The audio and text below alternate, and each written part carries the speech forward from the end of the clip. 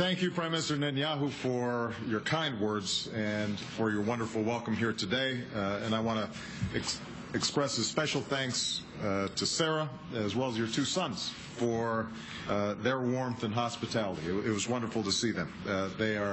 I did inform the Prime Minister that they are very good-looking young men who clearly got their looks from their mother. Well, I could say the same of your daughters. This is true. Our goal is to improve our gene pool by marrying women who are better than we are. Mr. Prime Minister, I want to begin by congratulating you on the formation of your new government. In the United States, we work hard to find agreement between our two major parties. Here in Israel, you have to find consensus among many more. And few legislatures can compete with the intensity of the Knesset. But all of this reflects the thriving nature of Israel's democracy.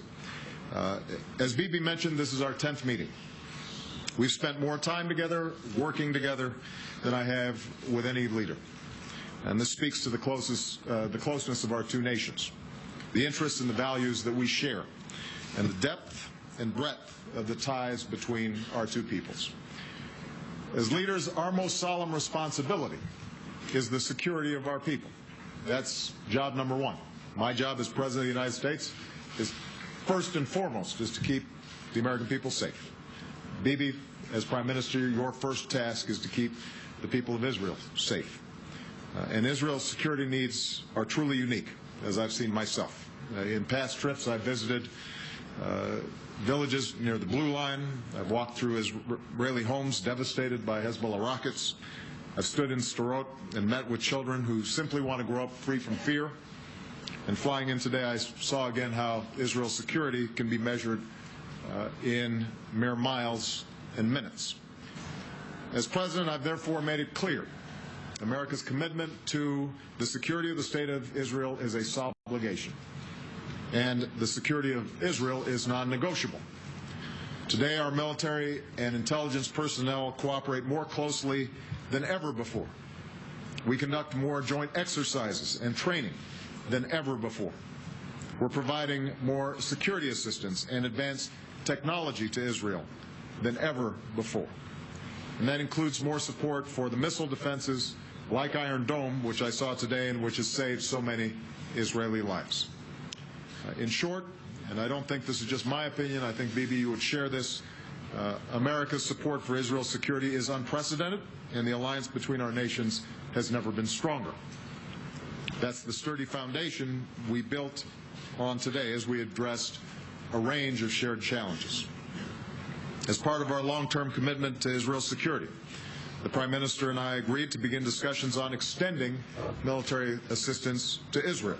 Our current agreement lasts through 2017, and we've directed our teams to start working on extending it for the years beyond. I'm also pleased to announce that we will take steps to ensure that there's no interruption of funding for Iron Dome.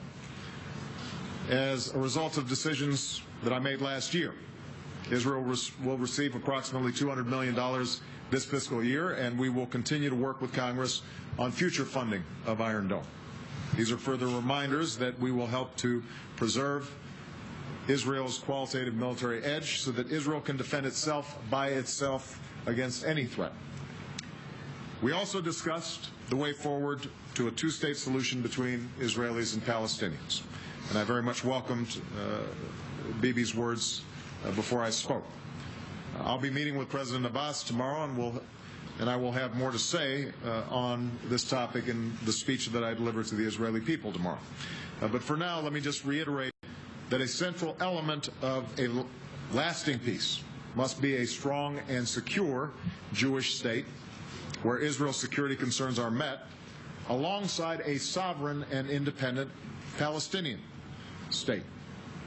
In this regard, I'd note that last year was a milestone, the first year in 4 decades when not a single Israeli citizen lost their life because of terrorism emanating from the West Bank. It's a reminder that Israel has a profound interest in a strong and effective Palestinian Authority. And as the Prime Minister's new government begins its work, we'll continue to look for steps that both Israelis and Palestinians can take to build trust and confidence upon which lasting peace will depend. We also reaffirm the importance of ensuring Israel's security given the changes and uncertainty in the region. As the United States supports the Egyptian people in their historic transition to democracy, we continue to underscore the necessity of Egypt contributing to regional security, preventing Hamas from rearming and upholding its peace treaty with Israel. With respect to Syria, the United States continues to work with allies and friends and the Syrian opposition to hasten the end of Assad's rule, to stop the violence against the Syrian people, and begin a transition toward a new government that respects the rights of all its people. Assad has lost his legitimacy to lead by attacking the Syrian people with almost every conventional weapon in his arsenal, including Scud missiles. And we have been clear that the use of chemical weapons against the Syrian people would be a serious and tragic mistake. We also share Israel's grave concern about the transfer of chemical or other weapons systems to terrorists, such as Hezbollah, that might be used against Israel. The Assad regime must understand that they will be held accountable for the use of chemical weapons or their transfer to terrorists. And finally, we continued our close consultation on Iran.